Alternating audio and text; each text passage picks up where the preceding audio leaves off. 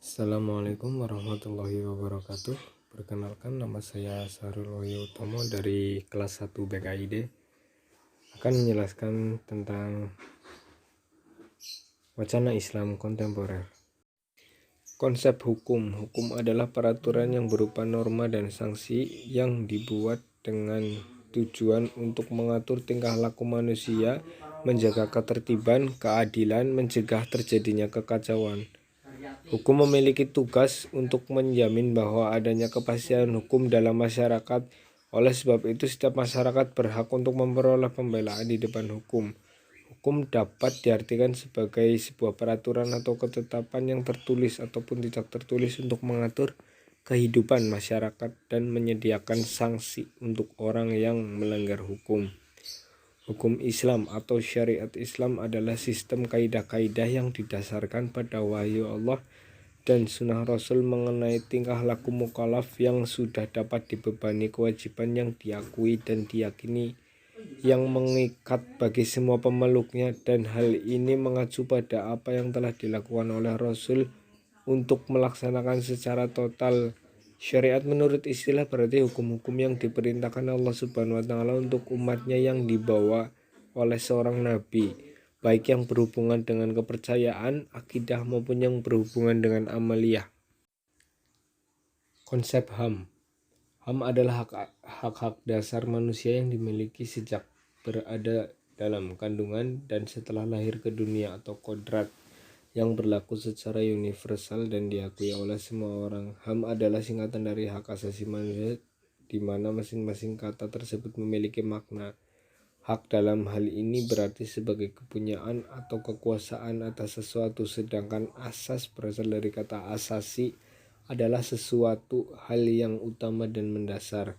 Jadi pengertian HAM secara singkat adalah suatu hal yang mendasar dan utama yang dimiliki oleh manusia. Pada praktiknya ada banyak sekali pelanggaran HAM yang terjadi di berbagai penjuru dunia. Pelanggaran hak asasi manusia tersebut dilakukan semata-mata untuk kekuasaan dan kepemilikan sumber daya yang ada di suatu tempat. Ciri pokok hakikat HAM.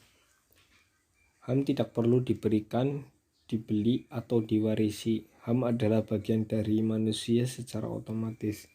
HAM berlaku untuk semua orang tanpa memandang jenis kelamin, ras, agama, etnis, pandangan politik, atau asal-usul dan bangsa.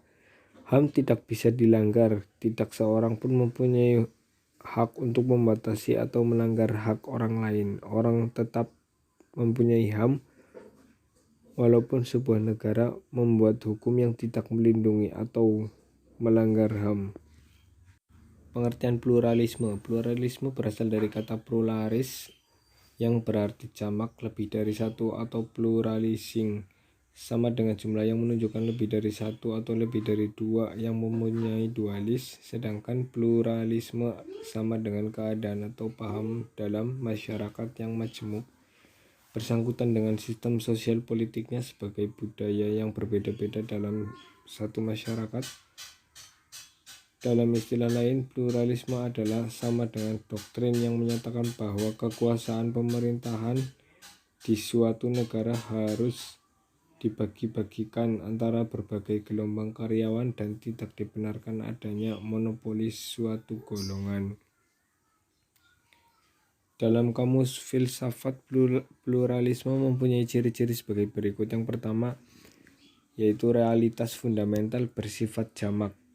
Berbeda dengan dualisme yang menyatakan bahwa realitas fundamental ada dua, dan monisme menyatakan bahwa realitas fundamental hanya satu.